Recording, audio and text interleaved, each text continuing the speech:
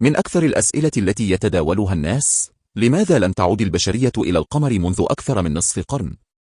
إن الهبوط على القمر ليس رحلة عادية، بل عملية معقدة تحتاج إلى تمويل ضخم، وتقنية متطورة، ودعم سياسي وعلمي كبير. برامج أبولو مثلا كلفت الولايات المتحدة مليارات الدولارات، وكانت في الأصل جزءا من سباق سياسي مع الاتحاد السوفيتي خلال فترة الحرب الباردة. وبعد تحقيق الهدف، توقف الدعم المادي. ويجب أن نعلم أن القمر يبعد عن الأرض نحو 384 ألف كيلومتر، وأي خطأ صغير في الحسابات قد يؤدي إلى فشل المهمة كلها. أما اليوم، فهناك مشروع جديد يسمى أرتميس، ويهدف إلى إعادة الإنسان إلى سطح القمر، مع إرسال أول امرأة وأول شخص ملون إلى هناك.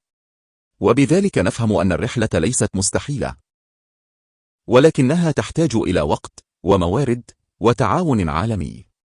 إذا رغبتم بمعرفة مزيد من أسرار الفضاء، فلا تنسوا الاشتراك في القناة، لأن الكون أكبر مما نتخيل.